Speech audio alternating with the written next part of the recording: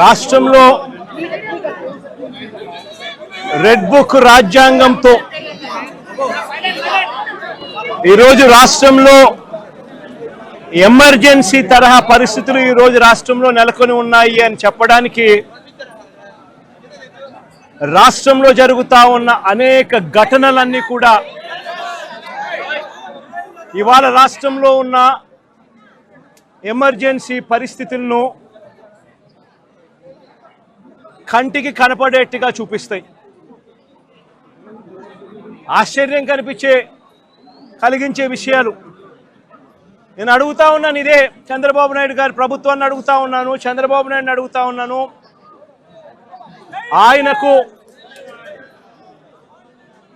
ఆయన అడుగులకు మడుగులెత్తే పోలీసు అధికారులను అడుగుతా ఉన్నాను. ఎందుకయ్యా ఈ ఆంక్షలు పెట్టారు అని అడుగుతా ఉన్నాను. ఎందుకయ్యా ఒక రాజకీయ నాయకుడు తమ పార్టీకి సంబంధించిన వాళ్ళను కలవడం ఏమైనా నేరమా అని అడుగుతా ఉన్నాను. అలా కలవడానికి వస్తే అదేమైనా తప్ప అని అడుగుతా ఉన్నాను. ఎందుకు ఆంక్షలు పెడతా ఉన్నారు అని అడుగుతా ఉన్నాను.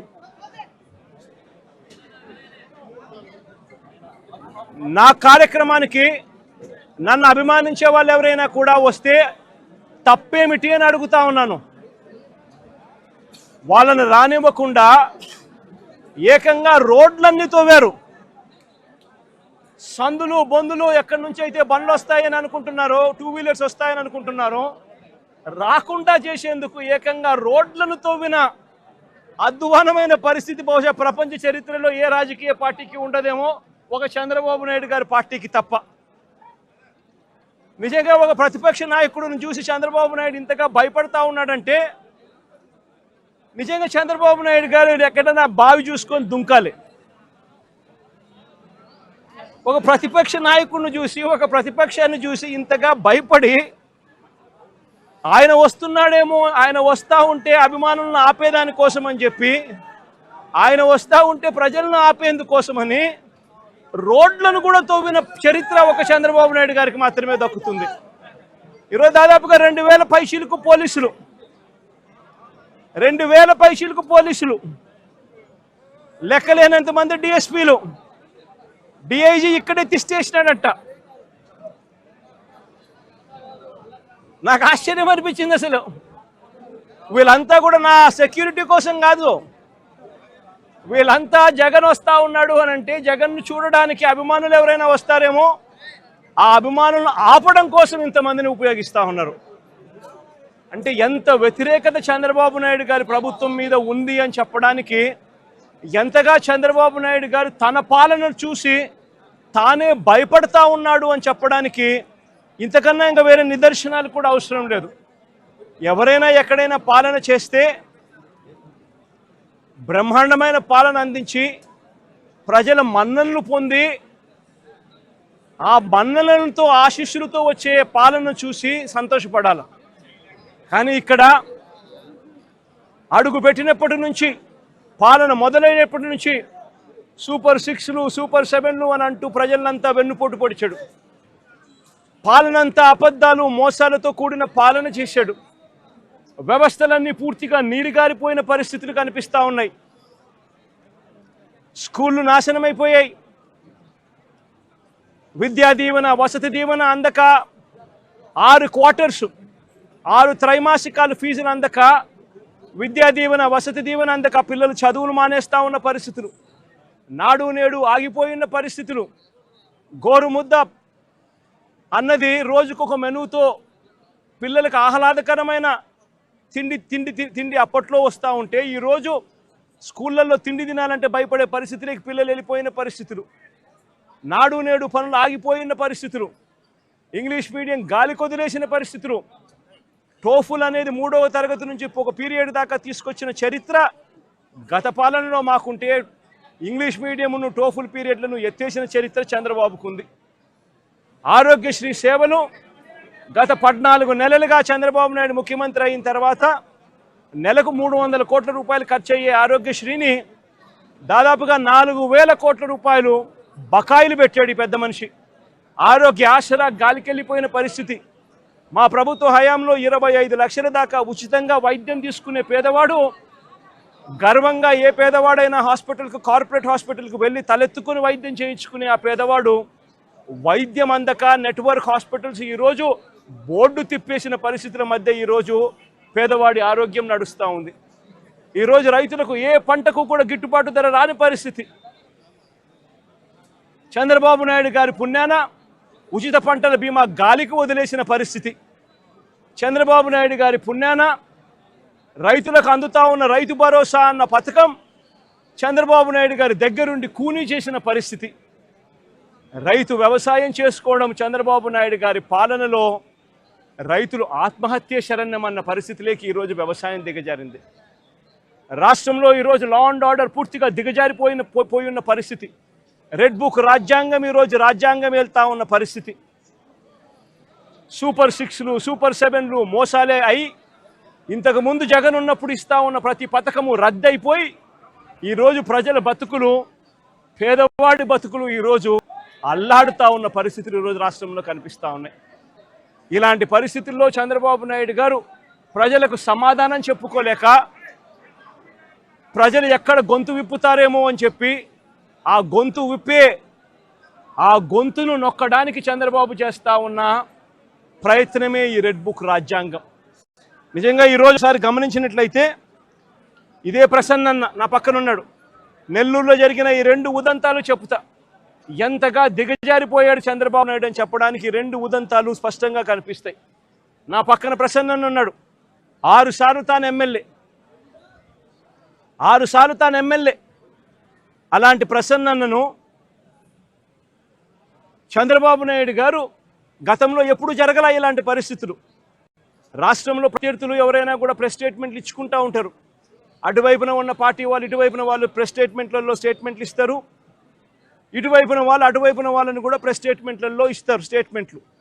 అటువైపున ఉన్న వాళ్ళు ఇటువైపున అన్అబ్జెక్షనబుల్ లాంగ్వేజ్ వాడినప్పుడు ఇటువైపున ఉన్న వాళ్ళు కూడా అన్అబ్జెక్షనబుల్ లాంగ్వేజ్తో అటువైపున వాళ్ళని కూడా విమర్శిస్తూ ఉండడం ప్రజాస్వామ్యంలో మనం రోజు చూస్తూ ఉన్న పరిస్థితి.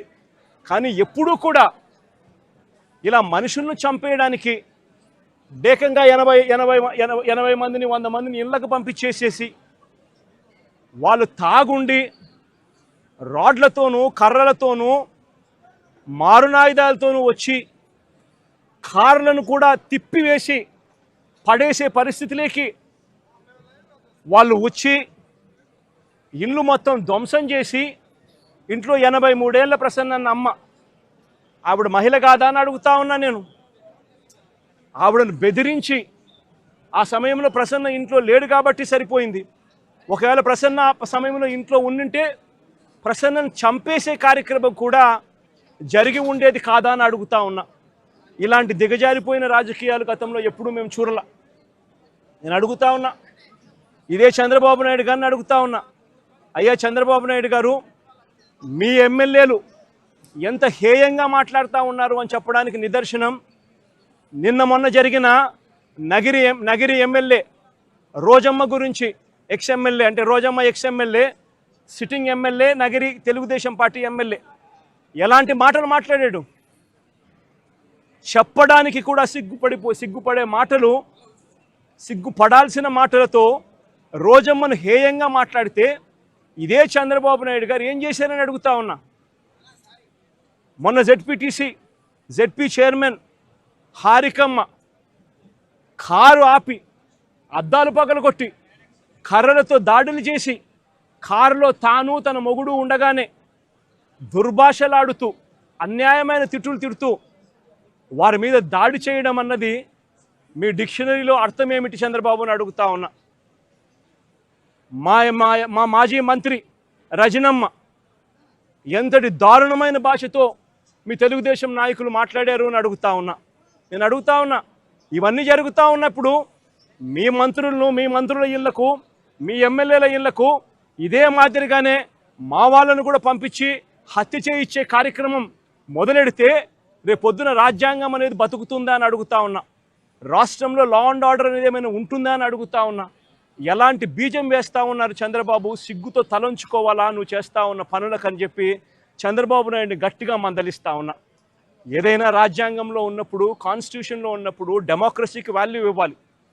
ప్రజాస్వామ్యంలో ఇటువైపున స్టేట్మెంట్లు అటువైపున స్టేట్మెంట్లు ఇచ్చుకోవచ్చు, కానీ స్టేట్మెంట్లు నచ్చకపోతే మనుషులను చంపేసే కార్యక్రమం దాకా ఇళ్లకు మనుషులను పంపించి చంపేసే కార్యక్రమం చేయడం అన్నది అతి హేయమైన రాజకీయం అని చంద్రబాబు నాయుడు గారికి గట్టిగా నిలదీస్తూ చెప్తా ఉన్నా.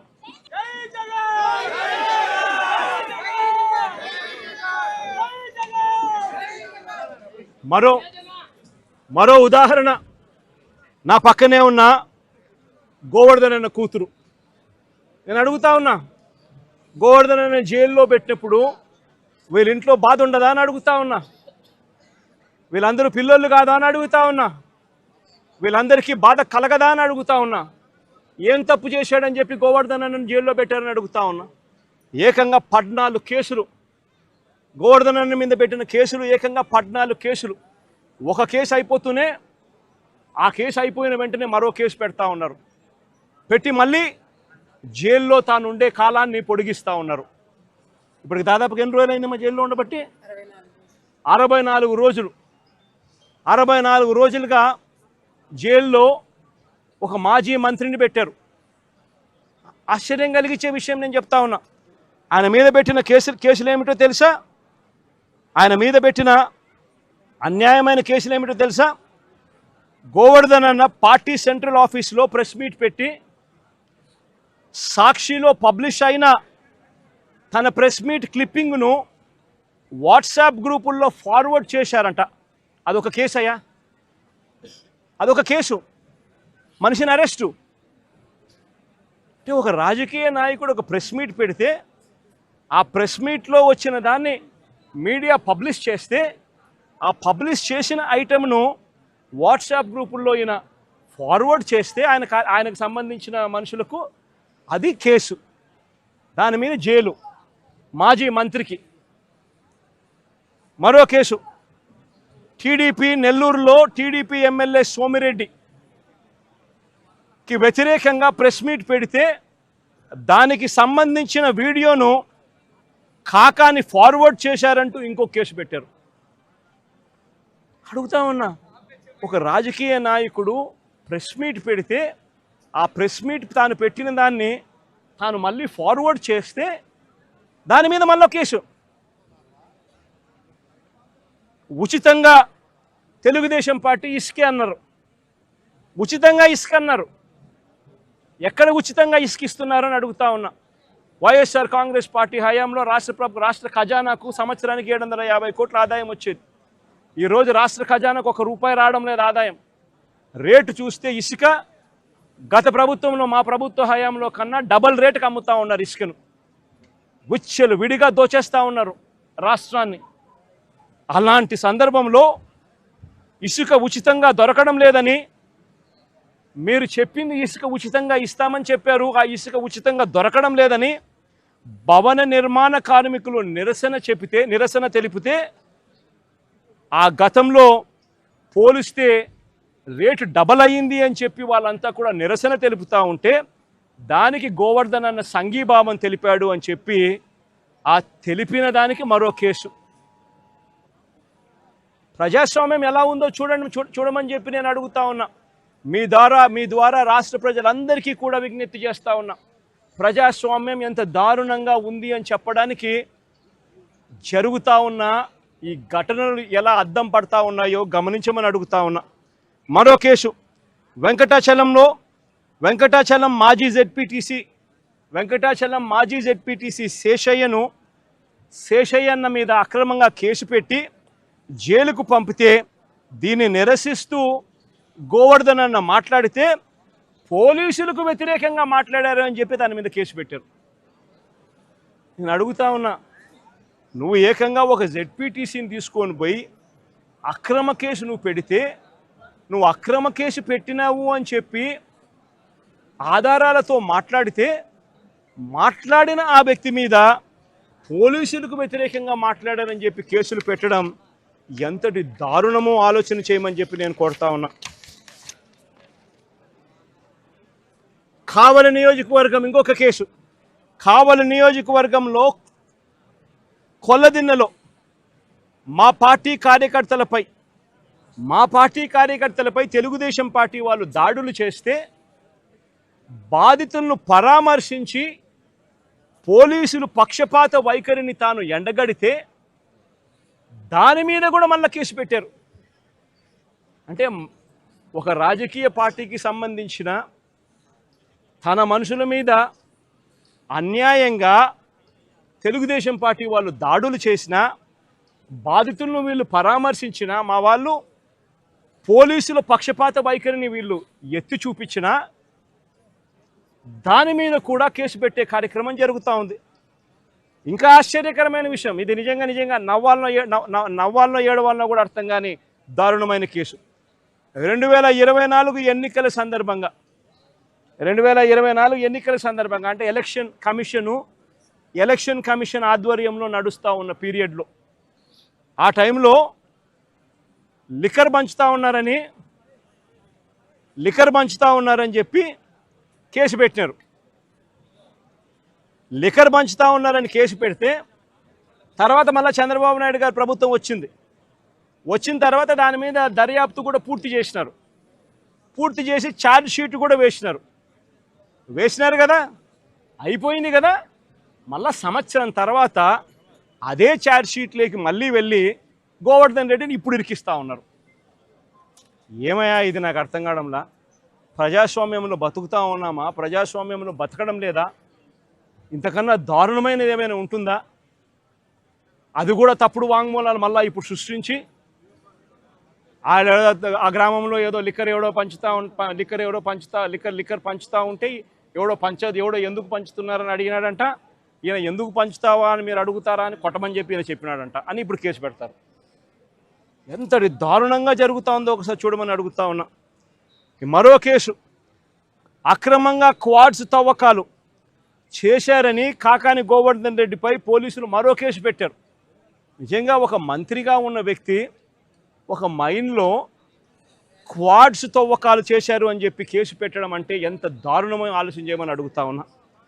ఈ కేసులో పసలేదు అని చెప్పి కోర్టు నిర్ధారించి A1, A2, A3లకు యాంటిసిపేటరీ బెయిల్ కూడా ఇచ్చింది. గోవర్ధన్ అన్న A4, మరి A1, A2, A3కి యాంటిసిపేటరీ బెయిల్ ఇచ్చినప్పుడు A4 వచ్చేసరికి మాత్రం ఏకంగా జైల్లో పెట్టినారు. ఆశ్చర్యం కలిగించే విషయం ఏంటంటే ఈ కేసులో ఎంత కుట్రపూరితంగా ఈ కేసు పెట్టారంటే, ఈ కేసులో ఇదే చంద్రబాబు నాయుడు గారు గవర్నమెంట్లో చేసిన విజిలెన్స్ రిపోర్టు, ఈ విజిలెన్స్ రిపోర్ట్లో వీళ్ళే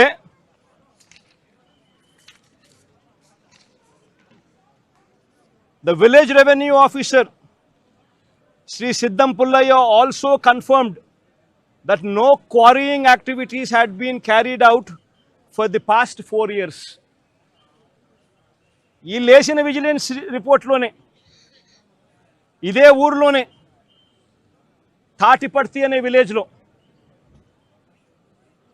ద విలేజ్ రెవెన్యూ ఆఫీసర్ సిద్ధం పుల్లయ్య అనే వ్యక్తి కన్ఫర్మ్ చేసినాడంట, no quarrying activities had been carried out for the past 4 years అని. నేను అడుగుతా ఉన్నా, ఏందయ్యా ఇది నాకు అర్థం కావడం లేదంట. ఈ కేసు సరిపోదు అని చెప్పి ఈ కేసులో పసలేదని ఏకంగా SC ST కేసు పెట్టినారు. మళ్ళీ దీంట్లో మైనింగ్లో SC ST కేసు పెట్టినారు. నిజంగా ఎంత దారుణమైన వీళ్ళ పరిస్థితి ఏమిటి అని ఆలోచన చేయమని అడుగుతా ఉన్నా. సేడిజం అన్నది చంద్రబాబు నాయుడులో నరాలలో సేడిజం అన్నది ఎంతగా ఉంది అని చెప్పడానికి ఇవన్నీ కూడా నిదర్శనాలు కావా అని అడుగుతా ఉన్నా. మరో కేసు, ఇదేమో ఎంతమంది చూసింది. మరో కేసు ఇదేంది, మాగుంట శ్రీనివాసరెడ్డి అనే వ్యక్తి MP, ఆయన నాలెడ్జ్ తెలియకోకుండా ఎవరో మైనింగ్ పర్మిషన్ తీసుకున్నారట, ఇల్లీగల్గా మైన్ చేశారంట, ఫోర్జరీ సంతకాలట. ఆ కేసు ఎప్పుడు పెట్టినాము? మా ప్రభుత్వ హయాంలో మేము బుక్ చేసిన కేసు. అంటే మా MP అప్పట్లో మాగుంట శ్రీనివాసరెడ్డి, ఆయనకు తెలియకుండా ఎవడో ఫోర్జరీ సంతకాలు పెట్టి ఇల్లీగల్ మైనింగ్ ఏదో తీసుకొని దాంట్లో ఇల్లీగల్ మైనింగ్ చేశాడని ఒక చిన్న ఇన్సిడెంట్, దాంట్లో గ్రావెల్ ఏదో తోవినాడని చెప్పి చిన్న ఇన్సిడెంట్, దాని మీద మేమే ఎఫ్ఐఆర్ బుక్ చేసినాం. మా ఎంపీ సంతకం దొంగ సంతకం చేసినాడు అని చెప్పి మేమే పెట్టించినాం. దాంట్లో మళ్ళీ విజిలెన్స్ ఎంక్వైరీ, ఆ విజిలెన్స్ ఎంక్వైరీలో విజిలెన్స్ వాళ్ళు క్లియర్ కట్గా దీంట్లో చవ్వా చంద్రబాబు నాయుడు, ఆయన పేరు కూడా చవ్వా చంద్రబాబు నాయుడు, ఆ ఫోర్జరీ చేసినాడు కూడా,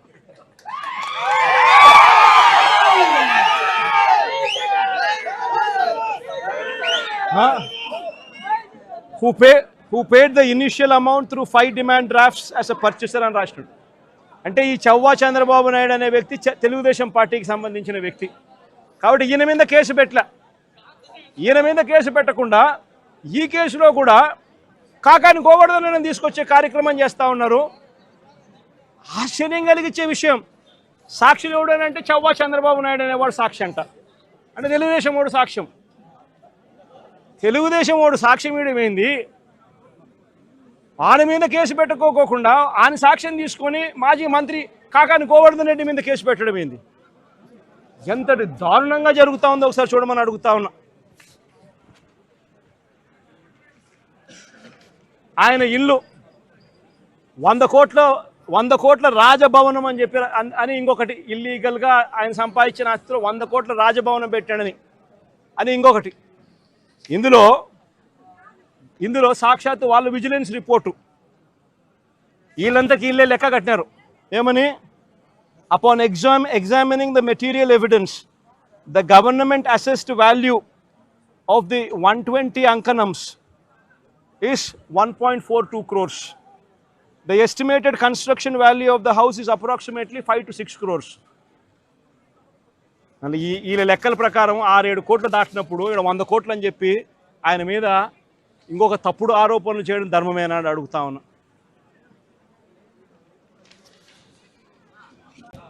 ఇలాంటి 14 కేసుల్లో ఆయనను రోజుకొక ఆయన ఒక కేసు అయిపోతూనే ఒక కేసులో బెయిల్ వచ్చే టయానికల్లా ఇంకొక కేసు పెడతా ఉన్నారు. పెట్టి మళ్ళా స్టార్టు, మళ్ళీ ఆ కేసులో బెయిల్ వచ్చే టయానికి మళ్ళీ ఇంకొక కేసు.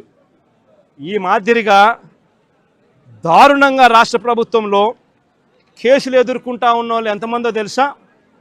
ఈరోజు ఈ రాష్ట్రంలో ఆశ్చర్యం కలిగించే విషయం ఏమిటంటే, ఈరోజు రాష్ట్రంలో ప్రతి ఒక్కరికి కళ్ళ ఎదుటే కనిపిస్తూ ఉంది ఈ రాష్ట్రంలో కరప్షన్ ఎంత జరుగుతూ ఉంది అని, విచ్చలవిడిగా కరప్షన్ ఏ స్థాయిలో జరుగుతూ ఉందని రాష్ట్రంలో ప్రతి ఒక్కరికి కూడా కళ్ళెదుటే కనిపిస్తూ ఉంది.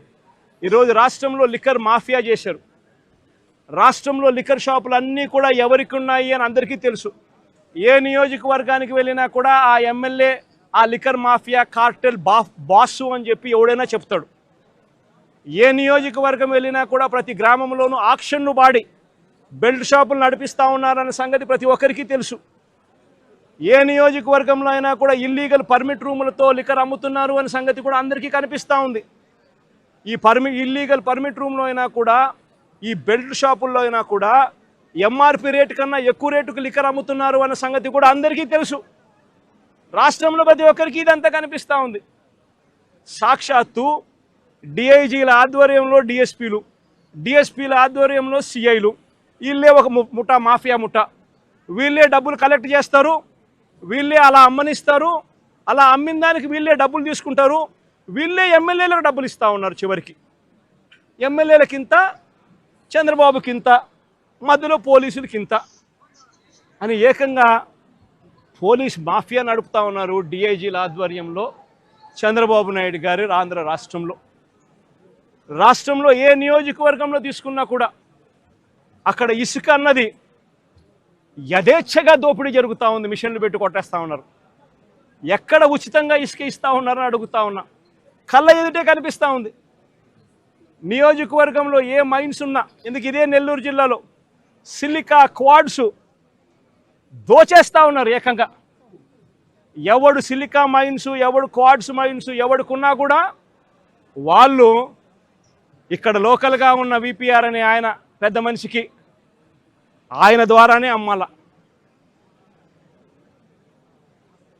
ఇష్టం వచ్చిన రేటుకి అమ్మకూడదు. ఆయన ఫిక్స్ చేసిన ఆ రేటుకే ఆయన ద్వారానే అమ్మాల. నెల్లూరులో ఉన్న సిలికా మైన్స్లో ఉన్న ప్రతి ఒక్కరికి తెలిసి ఈ విషయం. కోర్టు కేసు వేసినారు. సిలికా ఓనర్స్ అందరూ కోర్టు కేసు వేసినారు. ఇదేం అన్యాయమయ్యా, ఇది మాకు మైనింగ్ పర్మిట్లు ఎందుకు ఇవ్వడం లేదయ్యా, మైనింగ్ పర్మిట్లు ఒక మాఫియా ఫామ్ చేసి ఈ రూట్లో వస్తేనే మైనింగ్ పర్మిట్లు ఇస్తారని చెప్పడం ధర్మమేనా అని చెప్పి ఏకంగా కోర్టులో కేసు వేసినారు. సిలికా క్వాడ్స్ ఈయన కలెక్ట్ చేస్తాడు, ఈయన ఇంత పెట్టుకుంటాడు, నారా లోకేష్ బాబుకు చంద్రబాబు నాయుడుకి ఇంత పంపిస్తున్నాడు.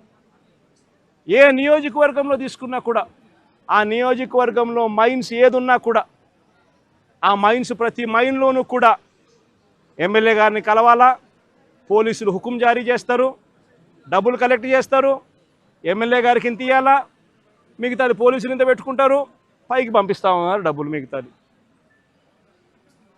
ఏ నియోజకవర్గంలో చూసుకున్నా కూడా విచ్చలవిడి పేకాట క్లబ్బులు, ప్రతి పేకాట క్లబ్కు కూడా రేటును బట్టి 10,000 రూపాయలు పేకాట క్లబ్ అయితే నెలకు 6 లక్షలు ఇవ్వాలి. 5 లక్షల రూపాయలు పేకాట క్లబ్ రన్ చేసేది అయితే ఏకంగా వెస్ట్ గోదావరి జిల్లాలో అయితే ఏకంగా ఒక పేకాట క్లబ్బుల్లోనే ₹1 కోటి ఇస్తున్నారు. విచ్చల విడిగా కరప్షన్ జరుగుతూ ఉంది. పోలీసుల సమక్షంలో, పోలీసుల ఆధ్వర్యంలో మాఫియా ఫామ్ చేసి ప్రతి నియోజకవర్గంలో జరుగుతుంది. నియోజకవర్గంలో ఏ పరిశ్రమ ఉన్నా కూడా ఆ పరిశ్రమ నడుపుకోవాలి అని అంటే ఆ పరిశ్రమ యజమానులు వచ్చి ఎమ్మెల్యేకి ఇంత డబ్బు ఇవ్వాలా, పోలీసులు లేకపోతే ఎమ్మెల్యేని కలసమని చెప్పి ప్రోత్సహించేట్టుగా వీళ్ళు పోయి ప్రెజర్ పెడతారు, ఎమ్మెల్యే మనుషులను పంపిస్తారు, ఫ్యాక్టరీలో ప్రొడక్షన్ ఆగిపోతుంది, ఆ ఎమ్మెల్యేను పోయి యాజమాన్యం పోయి కలిసి ఆయనకు తులమో ఫలమో చేతిలో పెట్టాలా నెల నెల, అందులో ఆయన ఎమ్మెల్యే ఇంత పెట్టుకుంటాడు, డిఐజీ ఆధ్వర్యంలో పోలీసులకు ఇస్తాడు, పోలీసులు కొంచెం పెట్టుకొని మిగతాది పెద్దబాబుకు చిన్నబాబుకు పంపిస్తూ ఉన్నారు. రాష్ట్రంలో విచ్చలు విడిగా కరప్షన్ జరుగుతూ ఉంది, కళ్ళ ఎదుటే కనిపిస్తూ ఉంది.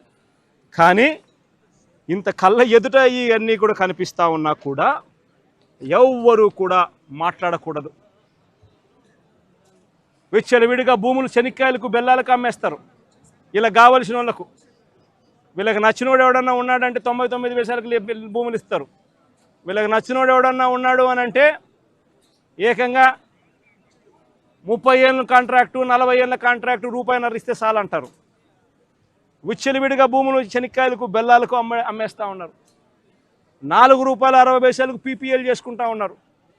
₹2.49 మేము ఆ రోజుల్లో పీపీఎల్ చేసుకుంటే నానా యాగి చేసిన ఇదే పెద్ద మనుషులు. అంత విచ్చలవిడిగా కరప్షన్ ఒక వైపున జరుగుతూ ఉంది. మరోవైపున సూపర్ 6, సూపర్ 7లు గాలికి ఎగిరిపోయాయి. ప్రతిదీ కూడా మోసమని తేలిపోయింది. వ్యవస్థలన్నీ కూడా పూర్తిగా నీరుగారిపోయిన పరిస్థితులు కనిపిస్తూ ఉన్నాయి. ఏ మనిషి కూడా సంతోషంగా లేని పరిస్థితిలో చంద్రబాబు ప్రభుత్వంలో కనిపిస్తూ ఉంటే ఈ మనుషుల తరపున, ఈ ప్రజల తరపున ఏ గొంతు వినపడకూడదు అని చెప్పి ఏకంగా ఈ పెద్ద మనిషి పెన్నెల్లి రామకృష్ణారెడ్డిని జైల్లో పడేసినాడు. ఈయన 4 సార్లు ఎమ్మెల్యే. దళిత మాజీ ఎంపీ నందిగాం సురేష్ను 190 రోజులు జైల్లో పెట్టినాడు. ఈయన దళిత మాజీ ఎంపీ. మాజీ మంత్రి జోగి రమేష్ కొడుకును రాజీవ్ అనేవాడిని ఆయనను జైల్లో పెట్టినాడు కేసులు పెట్టి. వల్లభనేని వంశీని ఒక కేసు అయిపోయిన తర్వాత మరో ఒక కేసు చిత్రహింసలు పెడుతూ జైల్లో పెట్టారు ఈ పెద్ద మనిషి. ఎంపీ మిథున్ రెడ్డిని కేవలం పెద్దిరెడ్డి రామచంద్రారెడ్డి చంద్రబాబు నాయుడును ఆయన కాలేజ్ టైంలో ఈయన ఇద్దరు కాలేజీలలో స్టూడెంట్గా ఉన్నప్పుడు ఇద్దరు కలిసి చదువుకున్నారని, ఆ కలిసి చదువుకున్నప్పుడు పెద్దిరెడ్డి రామచంద్రారెడ్డి చంద్రబాబు నాయుడు చెప్పుతో కొట్టినాడు అని చెప్పి. అంతే. పెద్దిరెడ్డి రామచంద్రారెడ్డి చిన్నప్పుడు చేసిన ఆ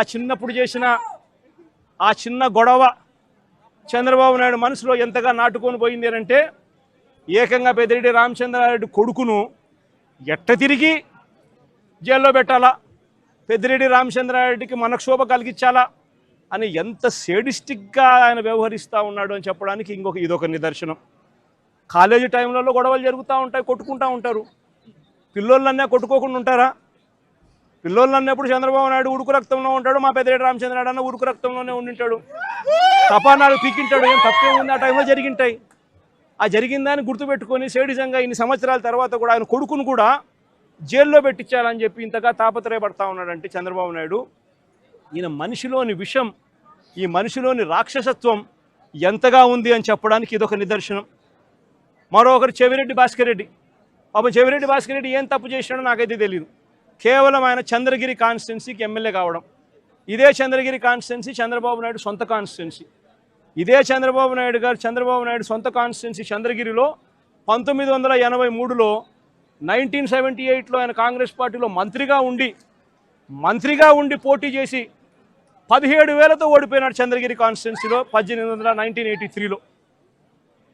ఆ తర్వాత ఆయన ఓడిపోయి మళ్ళీ వాళ్ళ మామూలు కాళ్ళు పట్టుకొని గడ్డం పట్టుకొని మళ్ళీ 1989లో తెలుగుదేశం పార్టీలో చేరి అక్కడ రాజ్యమేలి కుప్పం అనే నియోజకవర్గాన్ని, బీసీలు అధికంగా ఉన్న కుప్పం అనే నియోజకవర్గంలోకి వెళ్ళి పోటీ చేస్తూ ఉన్నాడు. ఈ చంద్రగిరి నియోజకవర్గం ఆయన చేతుల్లో నుంచి వెళ్ళిపోయింది అని, ఈ చంద్రగిరి అనే నియోజకవర్గం ఆయన సొంత ఊరుంది కాబట్టి అక్కడ ప్రజలు చంద్రబాబు నాయుడు ఓడించినారు అని బాధ తట్టుకోలేక భాస్కర్ను వేధించి జైల్లో పెట్టించే కార్యక్రమాలు చేస్తూ ఉన్నాడు. చివరికి భాస్కర్ ఒకడే కాదంట, భాస్కర్ కొడుకు మొన్న కంటెస్ట్ చేసినాడు. పాపం లండన్ నుంచి వచ్చినాడు పాపం ఆ పిల్లోడు కూడా మొన్న కంటెస్ట్ చేసినాడు. ఆ పిల్లోని కూడా కేసులో పెట్టినారు. ఇదే పెద్ద మనిషి చంద్రబాబు నాయుడు కొడాలి నానిని, పేర్ని నాని భార్యను కూడా చివరికి అని కూడా చూడకుండా ఆమెను కూడా కేసులో పెట్టాలని చిత్రహింసలే. అనిల్ కుమార్ యాదవ్ ఇక్కడ జిల్లాలో మీ అందరికీ పరిచయస్తుడైన బీసీ నాయకుడు, మంత్రిగా ఎదిగిన వ్యక్తి, యువకుడు, ఇలాంటి వ్యక్తిని కూడా దొంగ కేసుల్లో ఇరికించాలని చెప్పి ఏకంగా ప్రయత్నం చేస్తే ఆ కేసులో ఆ విట్నెస్ వెళ్ళి జడ్జి ముందర పోలీసులు నన్ను 3rd డిగ్రీ ఉపయోగించి నన్ను దొంగ స్టేట్మెంట్ తీసుకునే ప్రయత్నం చేశారు అని చెప్పి ఏకంగా మెజిస్ట్రేట్ ముందర చెప్పినాడు అని అంటే ఎంతటి దారుణంగా వీళ్ళు పోలీసులను ఉపయోగిస్తున్నారని చెప్పడానికి ఇదొక నిదర్శన. జోగి రమేష్ మరో బీసీ నాయకుడు, సజ్జల రామకృష్ణారెడ్డి మా పార్టీలో మరో సీనియర్ నాయకుడు, ఆయన కొడుకును కూడా వదలడంలా, ఆయన కొడుకును కూడా భార్గవరెడ్డి అనే ఆ పిల్లని కూడా వేధించే కార్యక్రమే. వైవి సుబ్బారెడ్డి మరో మా పార్టీకి సంబంధించిన మరో సీనియర్ నాయకుడు, ఆయనను ఒక్కడే కాదు ఆయన కొడుకును కూడా మళ్ళీ తీసుకొచ్చే కార్యక్రమం.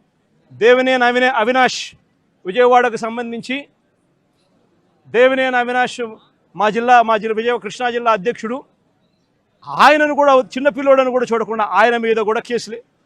తలసిల రఘురాం, అంబటి రాంబాబు, అంబటి మురళి, విడుదల రజని, దళిత ఎమ్మెల్యే చంద్రశేఖర్, బూచేపల్లె శివప్రసాద్, ఉషశ్రీ చరణ్, తోపదుర్తి ప్రకాష్ రెడ్డి, మాజీ ఎంపీ గోరంట్ల మాధవ్, మేరుగ నాగార్జున్, దాడిశెట్టి రాజా, అబ్బాయి చౌదరి, సుధీర్, సత్తెనపల్లి మన తరఫున పోటీ చేయబోతా ఉన్న క్యాండిడేట్, లేళ్ల అప్పిరెడ్డి, గోపిరెడ్డి శ్రీనివాసరెడ్డి, సిదిరి అప్పలరాజు, మరో బీసీ మంత్రి ఉప్పాల రాము, మన ZP chairman Uppala Harika husband, Mondithoka Arun మన పార్టీకి సంబంధించిన ఎమ్మెల్సీ దళితుడు. ఈ నాయకులందరి మీద కూడా తప్పుడు కేసులే. మా ప్రతాప్ అన్న కూడా ఇక్కడే ఉన్నాడు. ప్రతాప్ అన్న కూడా మీద కూడా ఇంకో తప్పుడు కేసు.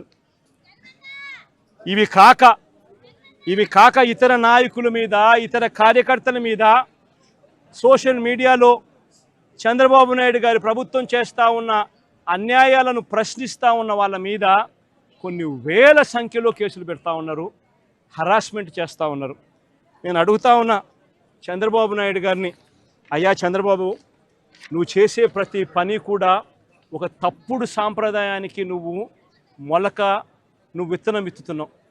ఇదే విత్తనం రేపొద్దున వృక్షం అవుతుంది. నువ్వు ఏదైతే ఇత్తుతావో అదే పండుతుంది. రేపొద్దున ఎల్లకాలం నీ ప్రభుత్వమే ఉండదు. రేపొద్దున కన్ను మూసుకొని కన్ను తెరిచేసరికి మరో 3 సంవత్సరాలు అయిపోతుంది. 3 సంవత్సరాలు అయిపోతే ఆ తర్వాత వచ్చేది మా ప్రభుత్వం. మా ప్రభుత్వం వచ్చిన తర్వాత ఇదే చంద్రబాబు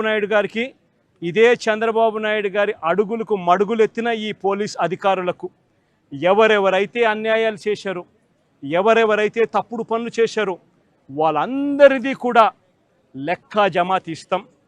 వాళ్ళందరినీ కూడా చట్టం ముందర నిలబెడతాం.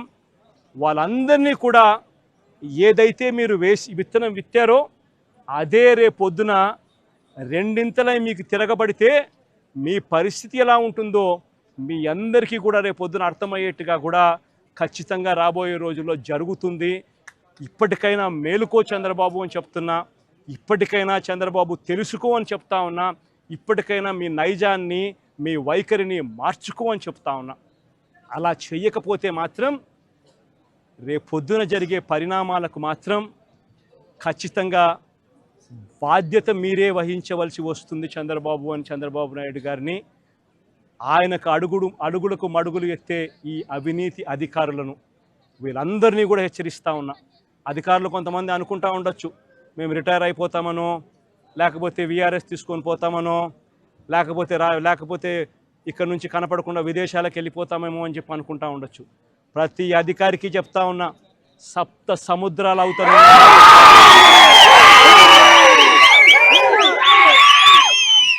సప్త సముద్రాలు అవుతారున్నా చెప్తా ఉన్నా.